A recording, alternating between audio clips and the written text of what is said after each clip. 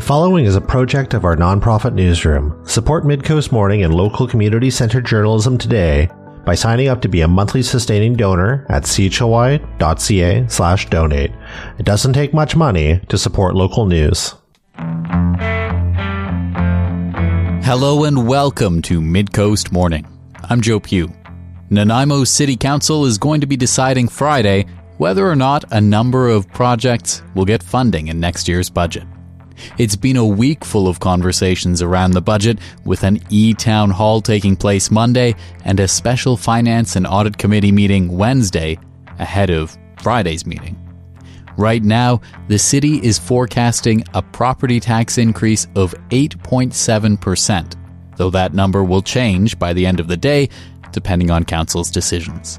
Today on the program, we'll share some information on what those decision points are and bring you up to speed on where the city is in its budgeting process. The largest driver of the projected property tax increase is wages. The budget includes 20 new firefighters starting January 1st and a pay increase to the 20 new firefighters that started working in August 2023. The city is also budgeting an increase to its RCMP contract, as well as the amount contributed to its asset management reserve. Here's Laura Mercer, the city's general manager of corporate services, speaking at a council meeting Monday, outlining the likely impact on an average household. So the average home whose value changed the same as the Class 1 assessment average will see an approximately a $248 increase for 2025. When you include user fees, the change will be approximately $293. And this is for the city portion of taxes only and excludes amounts collected by the city for other governments. So that's such as the regional district, school, hospital, etc.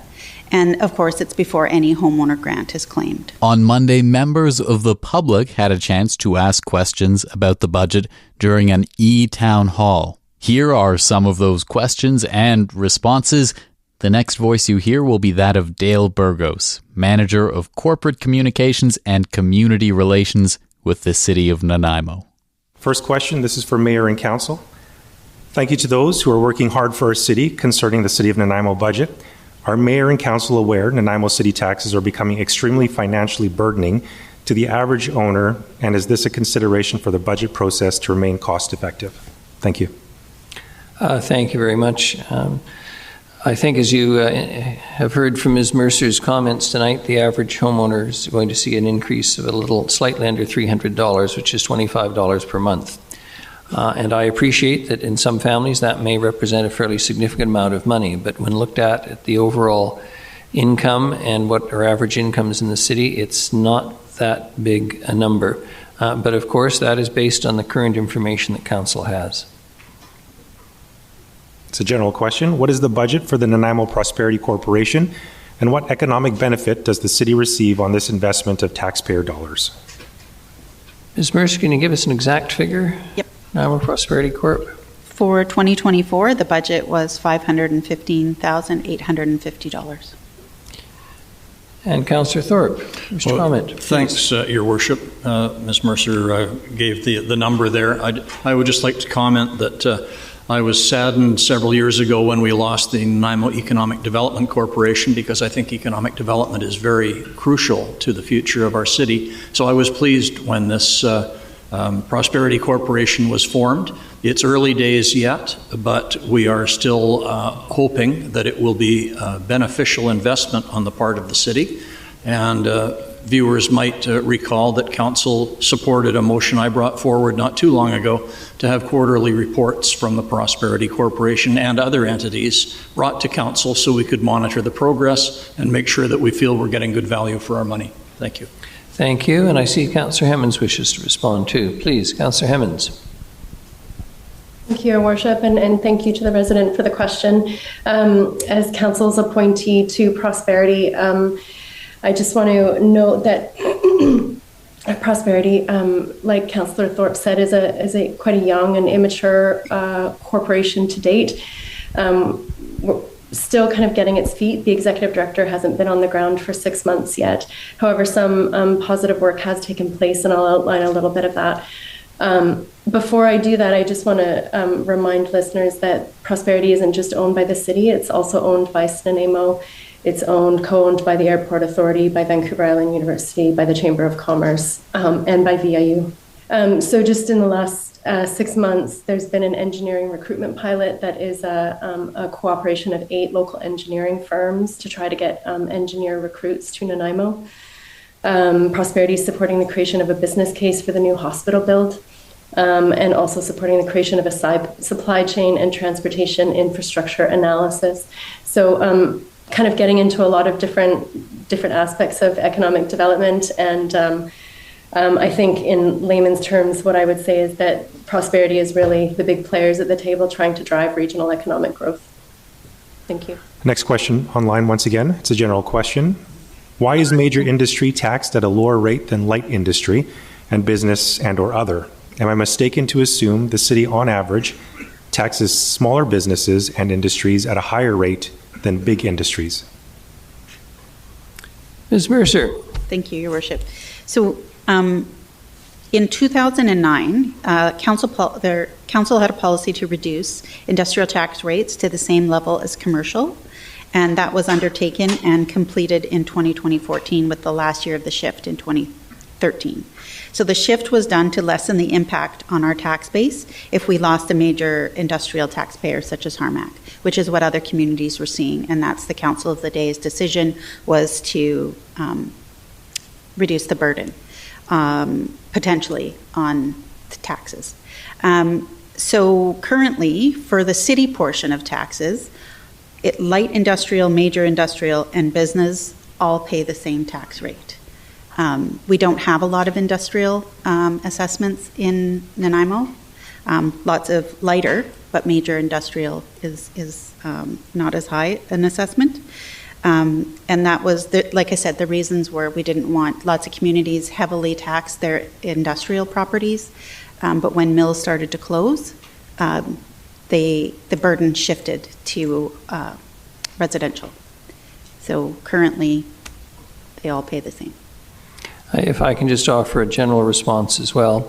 I think everyone understands the concept. You don't wish to lose a major industrial high-wage employer in our community. That would have a rather devastating impact on the economy as a whole. Some of the questions and answers at an e-town hall Monday on the City of Nanaimo's budget. One thing you won't find in the budget's draft financial plan is borrowing for upgrades to the public works yard.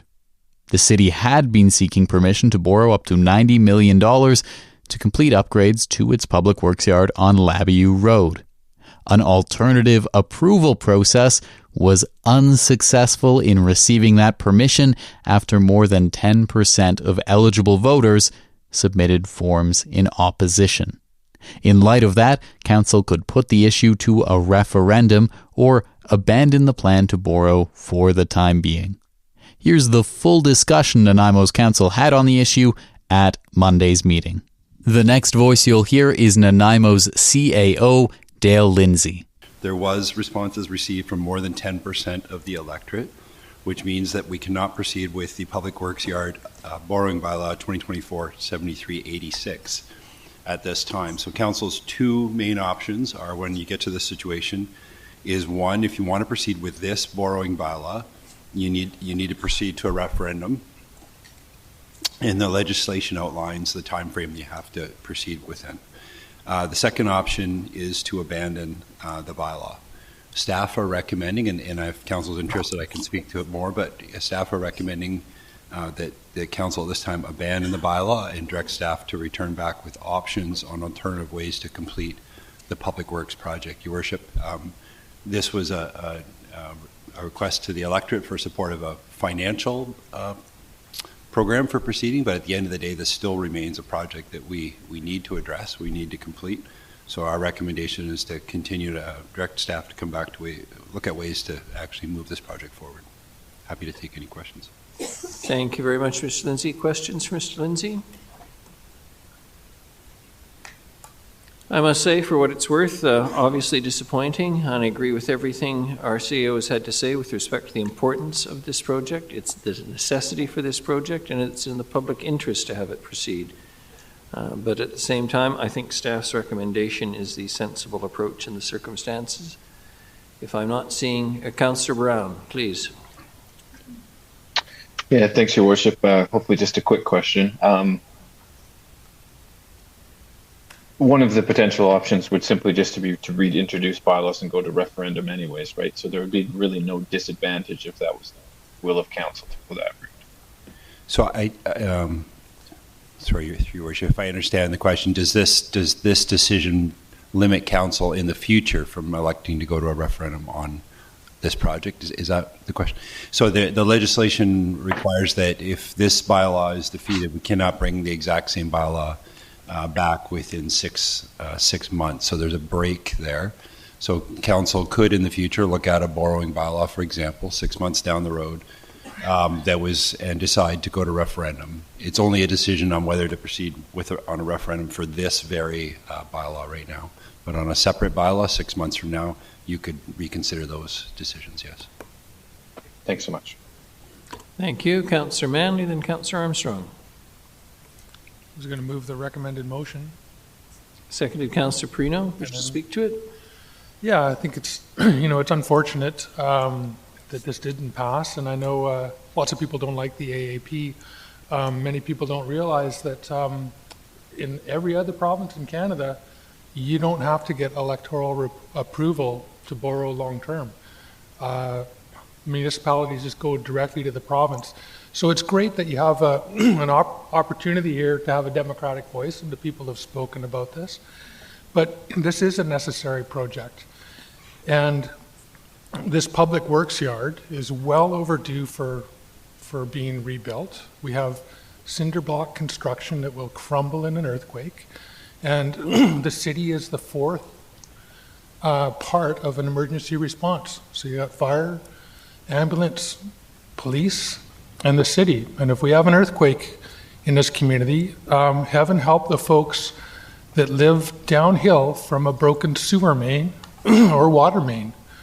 If the city's busy digging out their own workers, how are they going to respond? And so having, a building that's seismically safe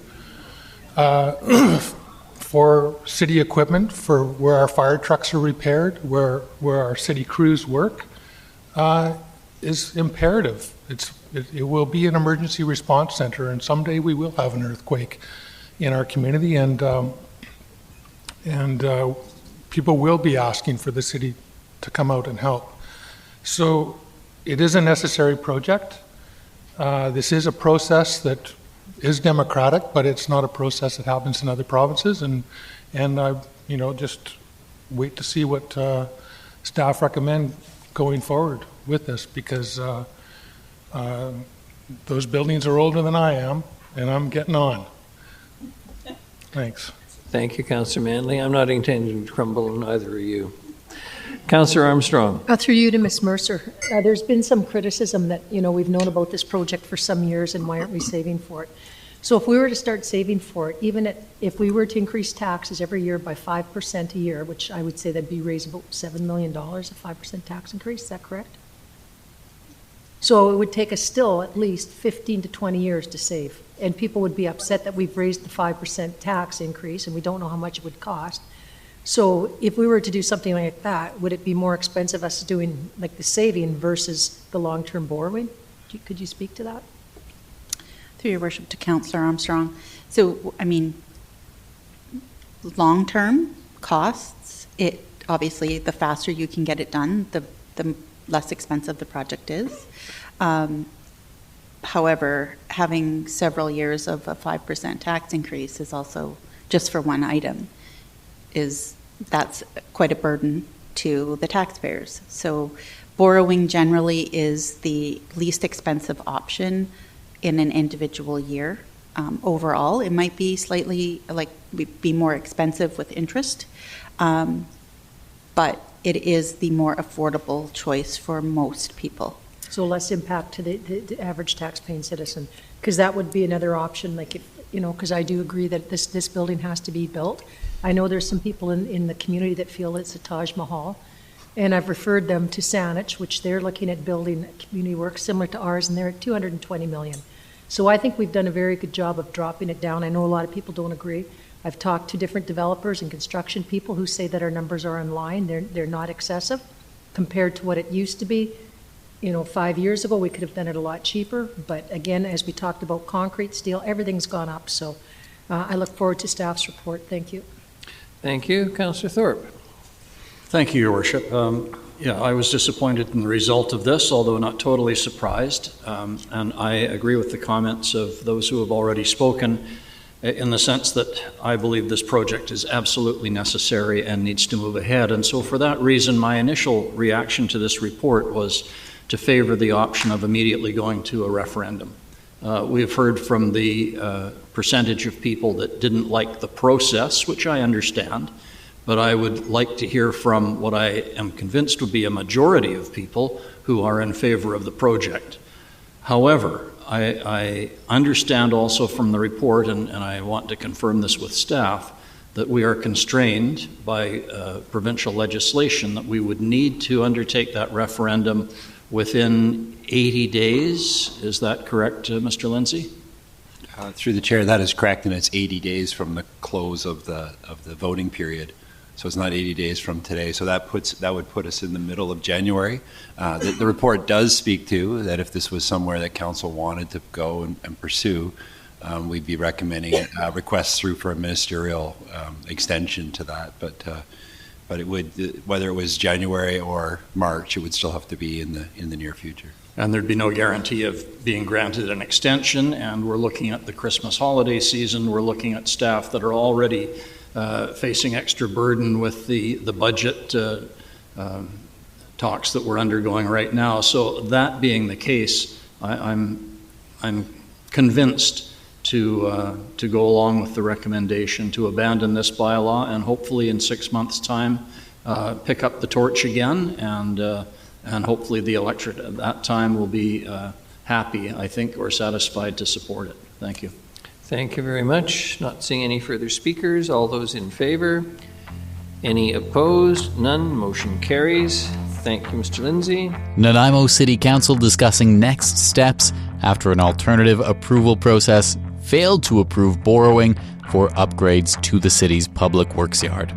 Coming up next, we'll hear about some of the decision points around next year's budget. Midcoast Morning is made possible by the Community Radio Fund of Canada and generous listeners like you.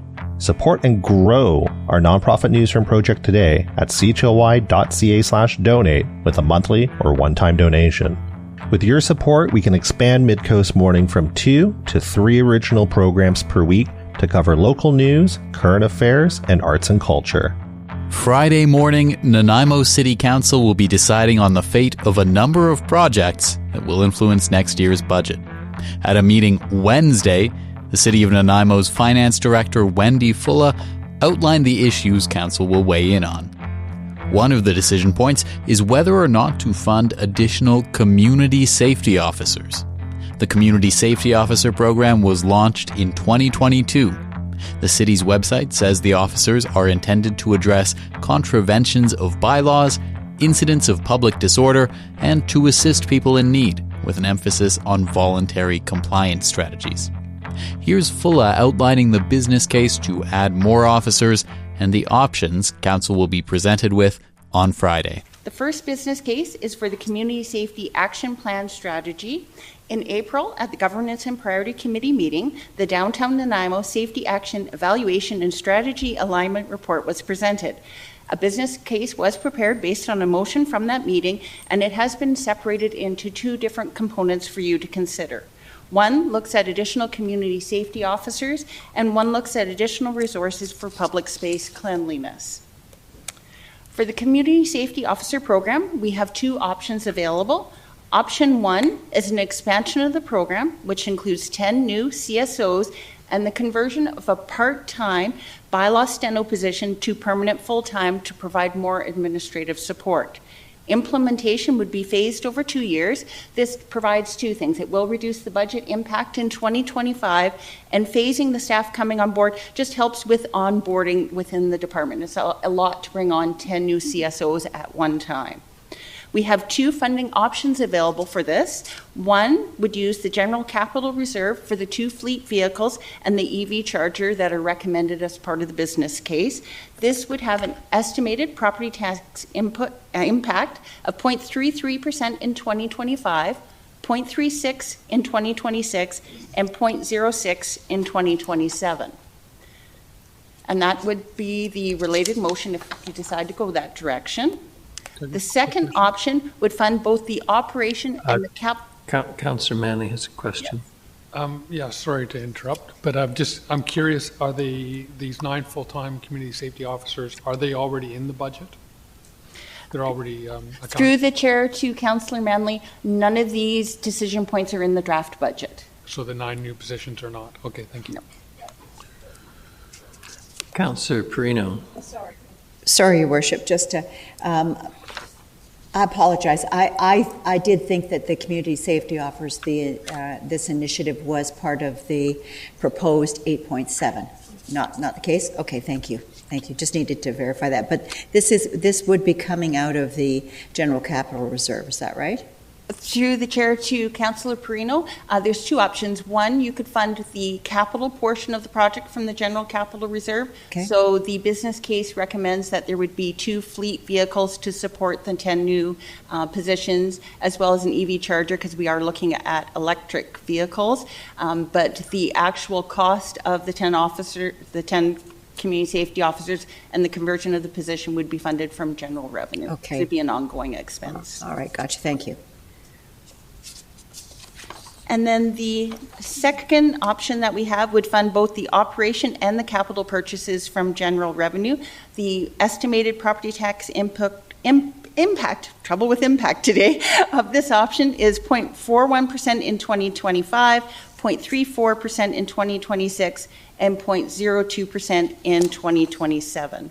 And then finally, the second option would be maintain the program at the current staffing levels. Council will also be considering adding funding directed at public cleanliness. Then when we look at public space cleanliness, so the second part of the business case, we looked at increasing resources for public space cleanliness, and we have 3 options here. Option 1 would add a superintendent of sanitation, recycling, and cemeteries. This position would provide additional capacity to oversee public space cleanliness as the department's workload has increased. We've had the addition of 2 community clean teams, which have added to the workload of the department, as well as just general public space cleanliness is becoming a bigger part of their operations. This option does include additional funding in 2025 and 2026 to engage resources on an as-needed basis to assist with encampment cleanups and other social disorder cleaning services. Under this option, staff would return in a future budget cycle if we need additional resources, such as additional clean teams, when it is determined there is insufficient capacity within the existing teams. The estimated property tax increase is 0.12 in 2025, 0.05 in 2026, and a reduction of 0.05 in 2027. And the reason for that reduction in 2027 is the additional contracted resources are for 25 and 2026 only, because then the intention would be that staff would return to council and provide an update on public space cleanliness and what their recommendations for additional resources are. The second option adds a 3rd community clean team and a superintendent of recycling and cemeteries, and this would be in 2026. Again, we have 2 funding options available. The first one would fund the required fleet unit and the roll-off bin from the general capital reserve. The estimated property tax impact is 0.21 in 2026 and 0.07 in 2027. The second option funds both the operating and capital costs from general revenue, so the estimated impact would be 0.35 in 2026 and a reduction of 0.06 in 2027, and that's of course because taxes would go up in 2026 to buy those capital items, so there'd be a reduction because it's one-time funding. And the third option is to maintain status quo with no additional staffing and no additional funding for contracted services. Some of the other decision points include increasing the annual road maintenance budget, increasing funding to a restorative justice program, and increasing culture and neighborhood association grants. There will also be two options for councillors to mitigate the increase to property taxes. Here's Wendy Fulla outlining the first of those. Then we also have two options for council to reduce property taxes. The first one is the RCMP contract. So in the 2025-2029 draft financial plan, we have the RCMP contract currently at 95% in all years to do a history of vacancies and to minimize surplus. In 2024, we did budget the RCMP contract at 92%. For 2025, we do have three options for council to consider. One would be to budget the contract for 93% in 2025 and then 95% for the remaining years. This would result in a 0.53% reduction in 2025 and a 0.48 increase in 2026. And Councillor Perino has another question. Sorry, Your Worship. Ms. Fuller, we are at 92% for this year, for 2024, right? And how have we done as far as the numbers were concerned? Through the chair to Councillor Perino, we will be bringing the quarterly report to next Wednesday's Finance and Audit, but right now we're targeting to be slightly under budget for the RCMP contract. Slightly under budget? Yeah, about, I think off the top of my head, I think it was about 116,000. Okay, so what would you recommend then in this particular case? 92, 93? Through the chair to Councillor Perino. Wait till Friday. On our decision slide on Friday, our recommendation is the 92%. Okay, thank you so much. Stop trying to open the Christmas register. I know, I'm sorry. Tell us exactly where we're at. Nanaimo City Council will be debating these decision points at a meeting Friday morning, starting just a few minutes after the show. That is our show for the day. Thanks for joining me. I'm Joe Pugh, host and producer of Midcoast Morning. Jesse Woodward is our executive producer, and R.B. Frew is our technical advisor. You can sign up for CHLY's newsletter at chly.ca/subscribe for updates from our nonprofit newsroom and more. Our theme song is First One by local Nanaimo band Waste Management. If you have a story you'd like us to cover, email us at news@chly.ca. That's all for now. I'll talk to you on another Midcoast Morning. Midcoast Morning would not be possible without the funding of the Community Radio Fund of Canada's Radio Meters program and listeners like you. Midcoast Morning is a project of CHLY's nonprofit newsroom. Support nonprofit journalism in Nanaimo and on the Salish Sea today by becoming a monthly sustaining donor at $5 or more per month. Finally, this program acknowledges and gives thanks to the Nanaimo First Nation as we broadcast and podcast from their traditional territory. Thanks for listening.